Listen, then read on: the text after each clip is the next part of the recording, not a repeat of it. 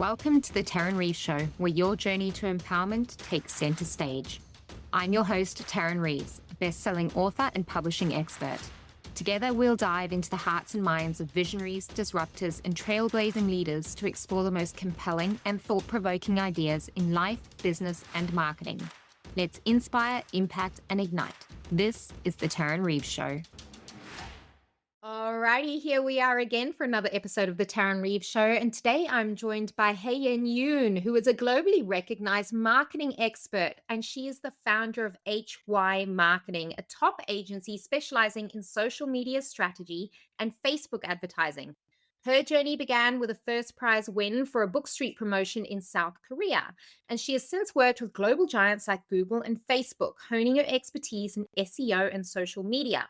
In 2022, Hyein launched HY Marketing, building a global team of native marketers and earning first prize in the Goyang City Dream Maru Women Entrepreneurship Business Grant Competition. She also leads the Global Movement Project on YouTube, empowering non-native English-speaking leaders to break barriers. I love that so much. Hyein has been named one of South Korea's top 10 women CEOs by the Global Woman Leader, and she is passionate about driving impact and innovation. Welcome, Hyein. Oh, that was a really nice bio. Thank you so much. Alrighty. So yeah, I'm really happy. You're amazing. Oh, Now, I am so keen to dive into this conversation because SEO as an entrepreneur seems to be you either have the skill set or you don't, right? It seems to be this very specialist niche area. But before we dive into all of that, let's talk about some effective ways that a service provider can identify the unique expertise and skills. How do we go about that? How do we start? yeah, that's actually a really great question. So I'm just gonna bring my experience. So to identify your expertise or skills, we need two different things, like number one, experience, and then number two, experiment.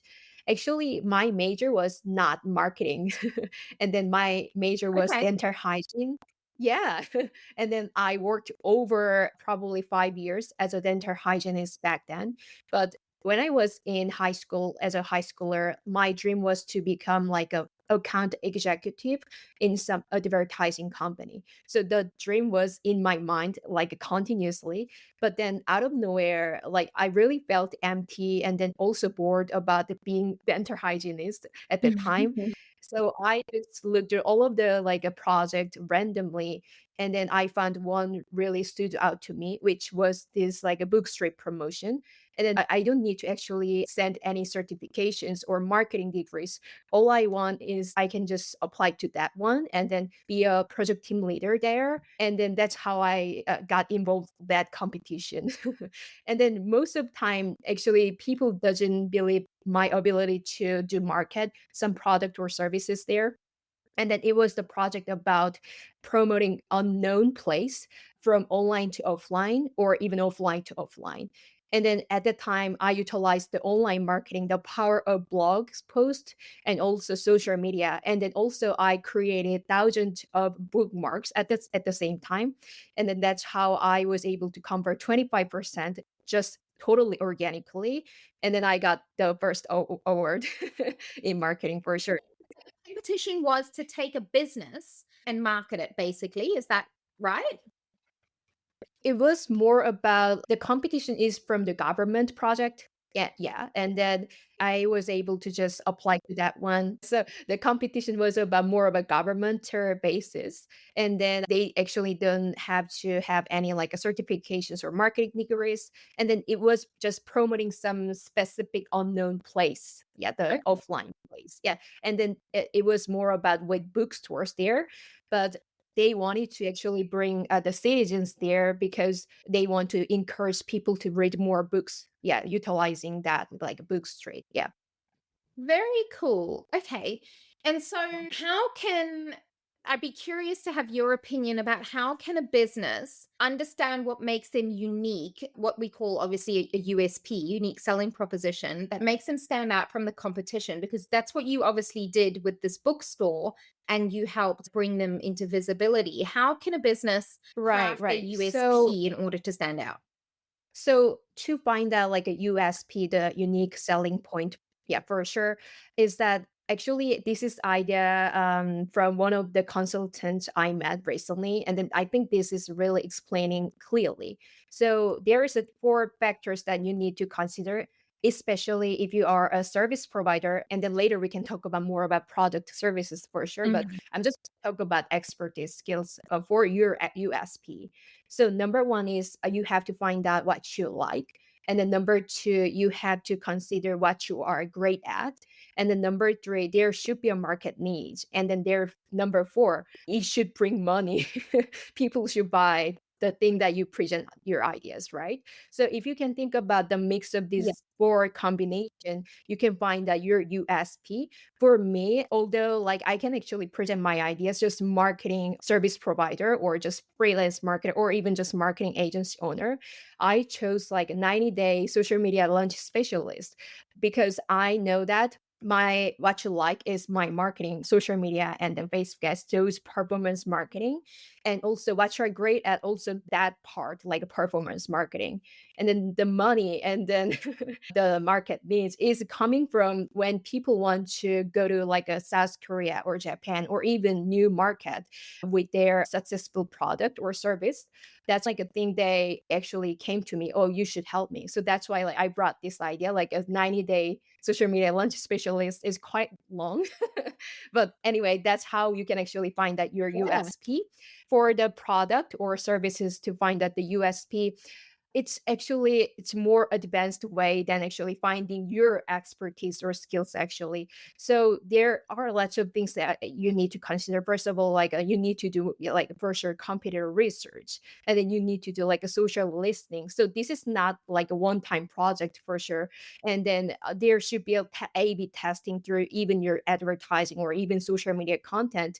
And then what I usually recommend is that if you don't have a clear idea about USP, you have to just go for Broadway first, like even just for 1 year, and then test multiple different things, and then find that your unique selling point. Because it should be like really clear about what the customer wants, and then without those like A/B testing, you cannot actually find that the clear one. So that's like our process. Yeah, wow. I'm curious about something that you just said. You said that people came to you when they wanted to branch into a new market like South Korea and Japan. Does that mean, like, I've never had a client from South Korea, I've never had a client from Japan, but I do a lot of business with America and Europe and all that sort of stuff. Is the market quite different over there and that's why people need specific unique assistance? Oh, yeah, that's actually a great point. The reason why people really need these services is because there is a like a cultural differences and the Yeah. language differences. This is really huge. And then even the consumer behavior is quite different. Like for example, we have a even culture thing like a nunchi mind reading. And then we actually think about people's mind without actually asking. We can just feel it like this kind of like culture. And then our consumer behavior is also based on like a trust building. For sure, like the US or any like a market, we have to actually build trust. But this is more like intense. And then even the Japan or South Korea, it's like a different, but Japanese culture is more like conservative than in here in Korea. So there are like lots of things going on, and then you cannot actually figure out those like multiple things on your own without knowing the language itself. So that's why it hit really severe pain point. And then people came to me, even for example, even I like posted something about like Neighbor is our search engine, by the way. And then I talked about like you can navigate Neighbor SEO. And it was just with like a 60 views at some point, but there was a high intent about that topic. So that's why like people just saw the video and then came to my Instagram. I need your help like right away. This is crazy. So I think this is really important to find out like a low search volume, but with really high intent. That's something that you can find that your own USP at the same time. Yeah, that's so fascinating.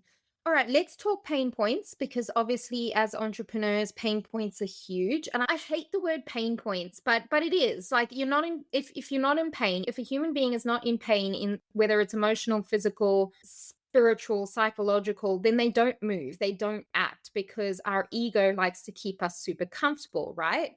As a Mhm. business, How do you teach your clients to uncover the pain points of their target audience when you're wanting to do social media or Facebook advertising? So this should be based on like a thorough market research for Mm. sure, and then social listening.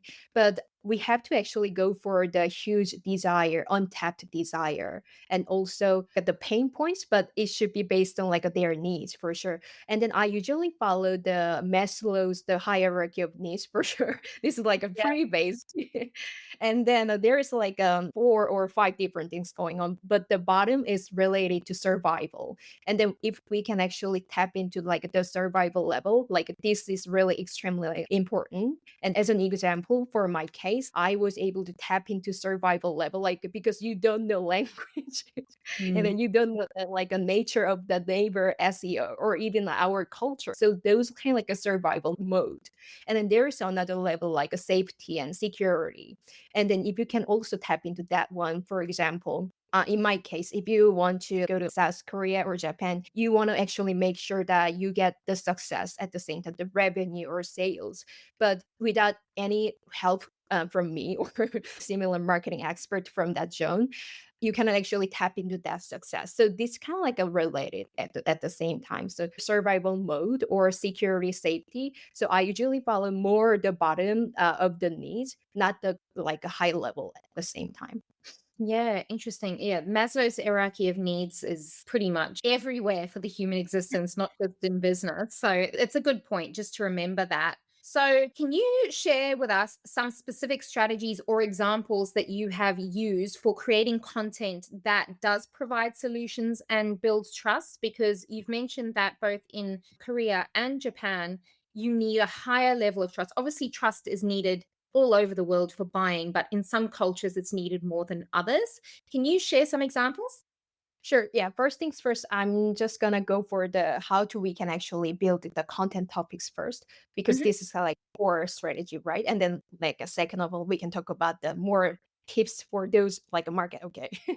And Yeah. then the first one would be this is actually made by Rachel Peterson, my mentor, who has a multiple $1 million business in the US.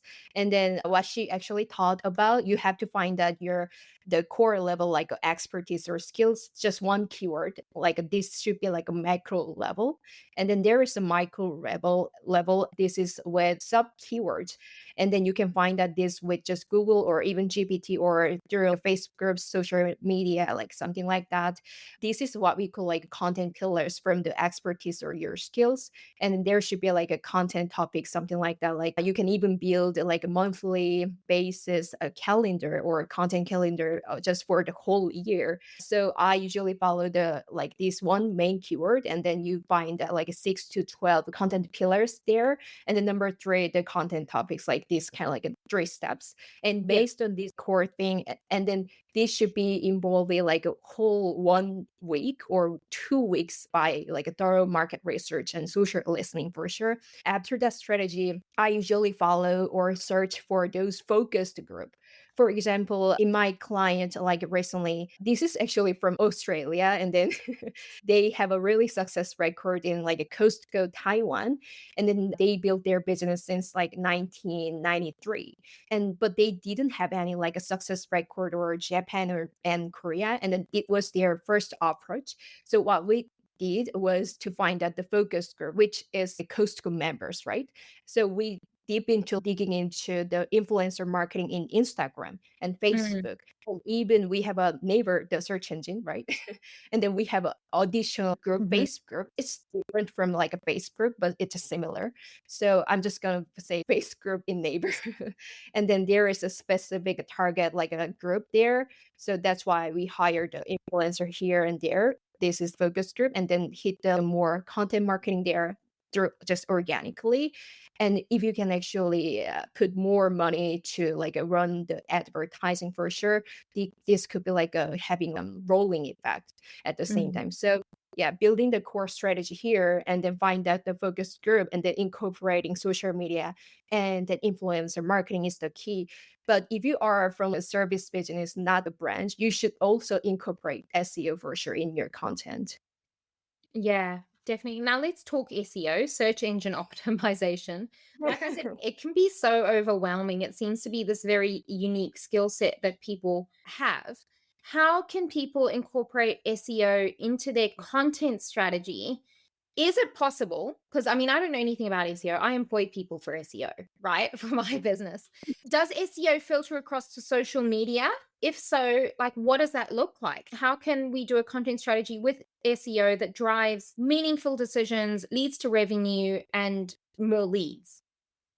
Right, right. That's right. Yeah, really great question once again. So what I usually focus is creating one YouTube videos. But before we diving into the whole things here, I want to actually categorize how you can actually map up your SEO strategy. Okay.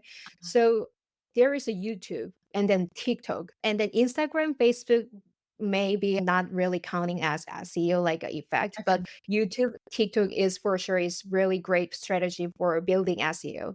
And then Mm, there's a blog post. This is typical way of you can actually handle SEO for sure. And then there is a LinkedIn newsletter. So these four things like YouTube, TikTok, LinkedIn newsletter, and then blog, you can actually make the content for SEO effect.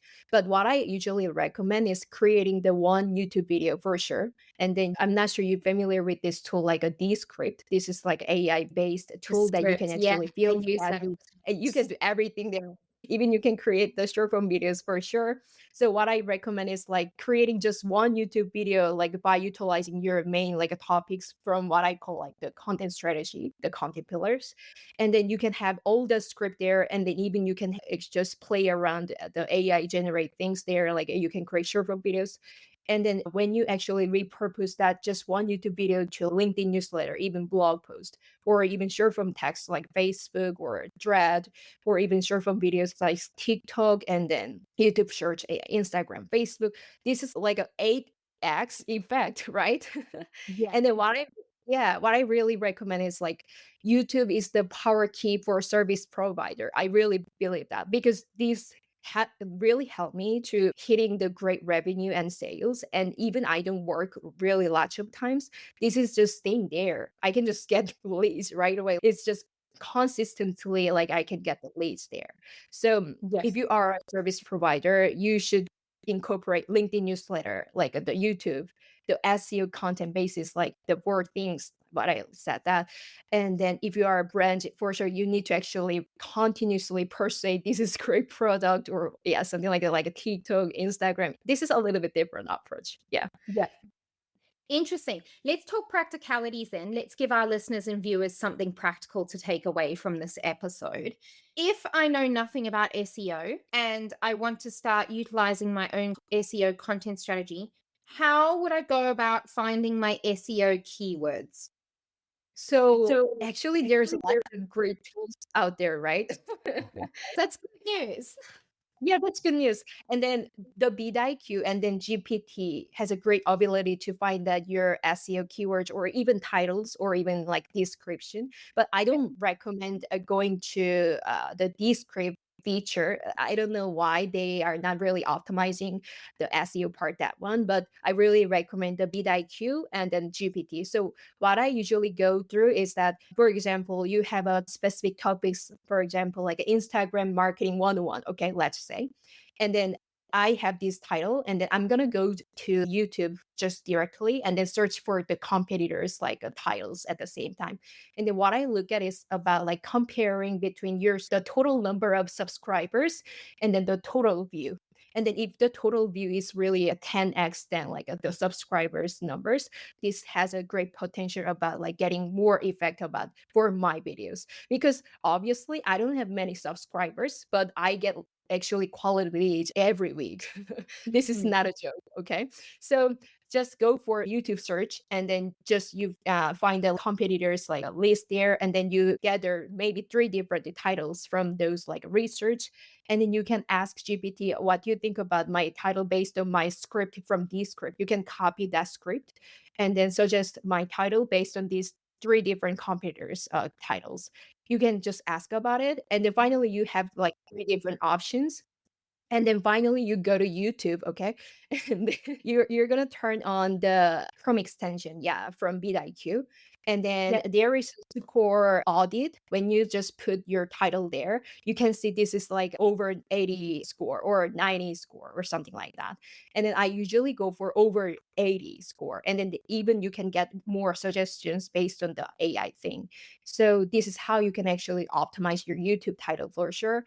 And then based on this, I have another strategy to share Awesome. with Give you. us all the This strategies, is Hyein. actually what I call like a bone strategy. Even this can be applied to every title copywriting for sure. But this is actually based on my Facebook ads copywriting. The B is unique benefit, and then O is one target. And then N is use of numbers, and then E is the power of emotions. So Mm. if you can actually incorporating just one or two things, especially the emotions, and then the number is like when we see like a lot of letters here, if you can just put one number, one or five, this is like really easily we can read, right? So that's kind of like we can capture our audience like attention. And also the benefit is if it's not really generic benefit, people can like really hooked about what's going on here, like something like that. So that's why like the BONE formula is like the base foundation. And then if you can also utilize the GPT, the vidIQ, because there are lots of great AI tools right now, and then they can Yeah. actually replace us most of work probably. So I really recommend that. Yeah. It's so interesting. I'm actually really excited to go and try it out. For myself. Now, I am in the business of storytelling. I believe that marketing is storytelling. I believe that most of the human experience is storytelling. So, if storytelling is the heartbeat of effective marketing, which I believe that it is, how do you use storytelling to connect with your audience? And what advice do you have for businesses looking to make their brand story more authentic? Because I feel like the old way of marketing used to be like this really cookie cutter approach. Like you do this, this, this, and this, like a very bro marketing, bland, stale kind of thing. And I feel like the market has really shifted and people want to see less polished social media videos. They want to see the person behind the brand, they want to see behind the scenes photos. So, how do you use storytelling? Yeah, lovely question once again. Okay, let me think about it. So first things first, I was born and raised in South Korea. In my whole life, I was here. And then I didn't live another country more than 3 months. This is just who I am. I'm just like a total Korean. And then if I can give you some perspectives about being a Korean, we are really self-conscious about speaking second language or even third language. I don't know, maybe this is our culture thing, being just modest, humble, or something like that. I don't want to give any prejudice about Asian thing, but anyway. So in my whole life, I didn't really jump into the idea showing my flaws, even my content. But this is also written in some book, The Dot-Com Secret, by Russell Brunson. And then he also emphasized that if you can actually show your one or two things about your flaws, because even when we saw like some movie or TV shows, there's lots of characters there, but they are not perfect. So if you can give more about the sense of I'm human here, I can be really similar to you. And then if I actually did something like this, and then you can do this, like the relatability, if you can show more about the flaws or even like you're struggling vulnerability, like this really actually making people to resonate more with your storytelling. And then actually I also posted about the non-native English speaker guide to make a YouTube video or something like that. And then people were really obsessed about what I did. And Yeah, then I think like it's a they very were smart gap in the hooked market about, oh, that you you're really? addressing. Yeah, I think I can say that this was smart, but at the same time, I was so nervous. Like, why did people judge me? Why did people just think about me as just I don't know, beginner in marketing because I speak this language not fluently. I mean, so I was a little bit anxious about all of the judgment, but like just forget about it. Like I'm just gonna be myself. And then no matter how hard it is, I'm just gonna be myself. That was my decision. And then after that moment, my business also started to flourish. So that's kind of like my aha moment at the same time. So if you can actually Mm, share your that true self, authentic. yeah, that's I really love that. 100%. Thank you Yeah. so much. Well, I can tell you that your English is absolutely fabulous. And I think that, I mean, I was born in Africa and I've always spoken English, but I think that it's quite sad that Western cultures, most of them will only ever speak English and will never learn another language fluently. Mm. They might do a little bit here and there in school, and then they travel and expect the places that they travel to speak English. I think that's a very dense and closed-minded way to live, and I think that we could learn a lot from the majority of cultures across the world, because it's really only the Western cultures that are very narrow-minded like that. So I applaud you for opening the doors to that, because I think it's amazing. Now, Thank you. relatable content seems to be what performs the best, right? We can try and be somebody else, but it will always fall flat. It doesn't feel good to us. It doesn't feel good to our watchers or listeners.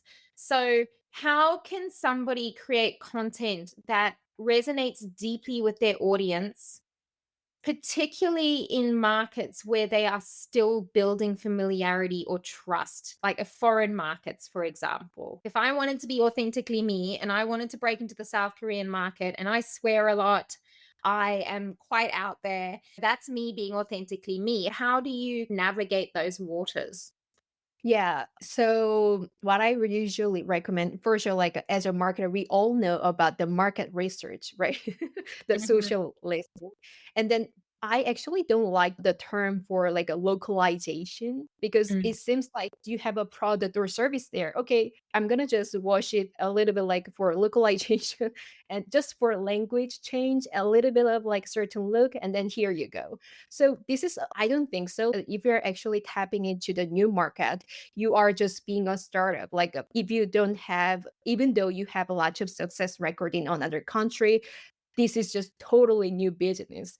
So what I recommend is that you really thoroughly understand your consumer behavior first. So this is can be done just, like even Google, like the Facebook groups or social media focused groups.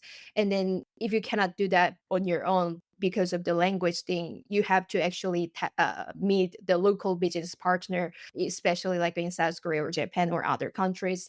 And then you have to learn, deeply understand what they are going through.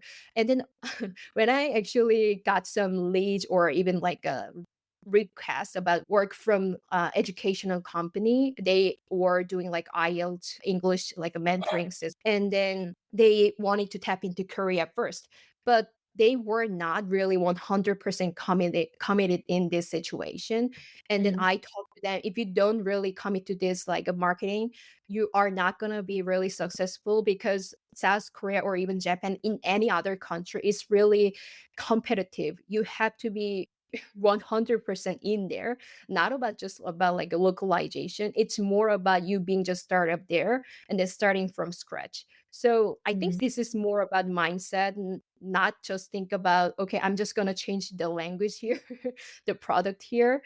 It's more about like a transforming your business once again. So mhm. that's why like this is like on another level. Yeah. Yeah. Okay.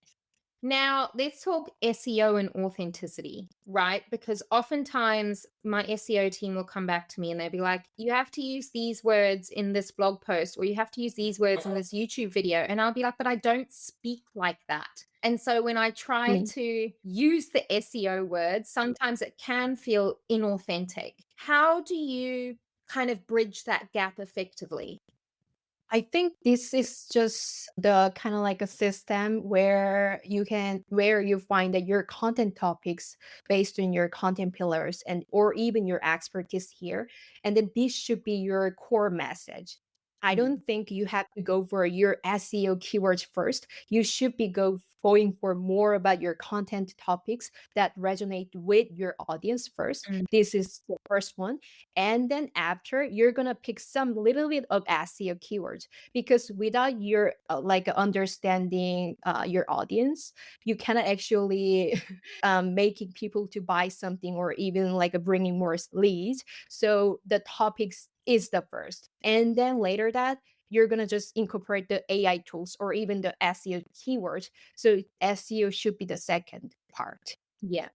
Okay, that makes sense. That makes me feel better. Now, this political movement project on YouTube that you have, which focuses on empowering non native English speakers, I love that idea. I want to know what lessons have you learned from doing that that service based businesses can apply to their content strategies? Give us your top three. Okay, so during my observation, so I interviewed even like a TEDx speaker in UK and also the Pinterest expert in the US, like those like three different things like Canada. And then they always talk to me that they actually gave one actually core message. It's not about your language, it's just your expertise. So we are really obsessed about our ability to speak or just I don't know our flaws, some of like prejudice, right? But if you can just focus on your just true like ability to work with some potential client or how you can actually give more value to your audience, not about your like a flaws or yeah, this is like a behind one, right? So you can actually, even though you are really nervous about what people judge me or what people judge you, you can actually focus on the core message, like just your expertise, the skills.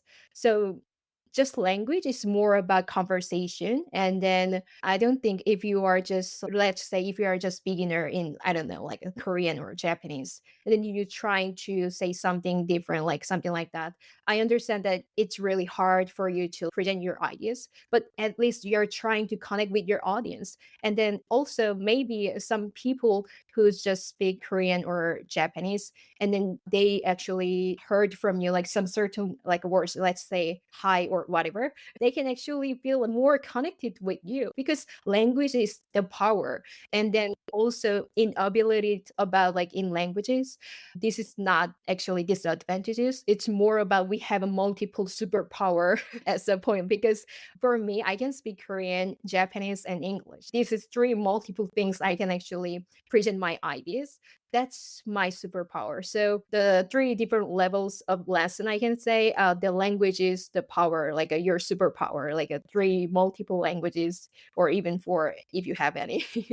And then your expertise should be highlighting more than your language. And then if you can speak even like a tiny little things in your like a different second language, this is another superpower at the same time. Yeah. Amazing.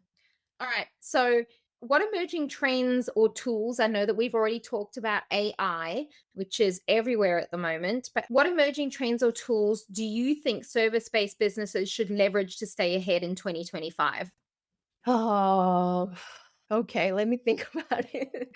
That's a really huge question. So the cloud, the writing like AI for sure, like a GPT.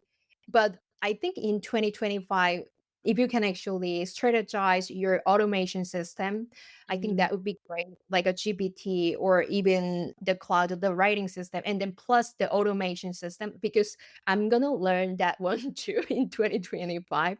And such as I heard that actually this was from my the seminar I took 2 days ago, and then basically what he said about the automation system is, if you can do on Google, you can automate everything, like such as Excel, like a YouTube, like a scheduling, or even like can I say the SEO research, and then even you can. If you are a distributor and then you have a like a Shopify, the e-commerce system, you can even like automate that system too.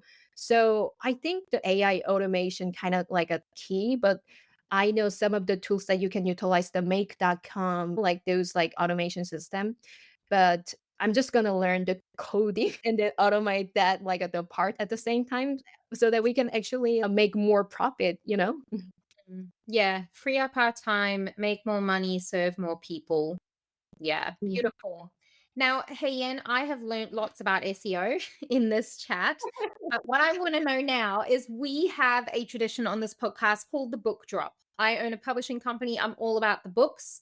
Now, what is a book that you can recommend to our listeners and our viewers that has either impacted you personally or professionally? Right. So the one book I wanted to recommend is that The Year of Yes by Shonda Rhimes. Maybe you know that one, right? So why the reason why I recommend this is because it was probably 2 years ago. I read this book and then it was so amazing and it was so touching at the same time. But the reason why I recommend is that I was able to actually get over my fear of public speaking because of the book. And then because the year of yes, like you have to say yes to everything, you know. Yeah. And then I saw some random post about there is a pitching session for, I don't know, 5 minutes. This is for free. You're gonna pitch your business ideas in front of 200 people in public, like in person. So you know what, Wow. I'm just gonna yes to that one. So I did, yeah, because of that book. I love that. So it was really amazing experience. And then people even like celebrating my speech. Then they wanted to connect with me like personally or like professionally. So it was really aha moment once again. It's amazing what we can do when we step outside our comfort zone and realize that all the bad things that we built up on our head actually never happened. Very funny. All right. Hey, and thank you so much for your wisdom today. It's been an absolute pleasure, and I'm sure we'll be speaking again soon. Right. It was so my pleasure. I really enjoyed our conversation actually. I think you're really great at like hosting, I guess. Oh, thank you so much. Now, if you would like to connect with Hyein, and I suggest that you do if you need to kick up the butt for your SEO and your content strategy, because this woman knows her stuff, I will be popping all of her links in the show notes. And yeah, we'll see you in the next episode. Yay. See you. That's a wrap on today's episode. If you love the insights and inspiration, don't let it end here. Hit subscribe to stay connected and turn your visions into reality alongside our community of changemakers. I'm Tarryn Reeves. Thank you for joining me. And remember, your story has power. See you in the next episode.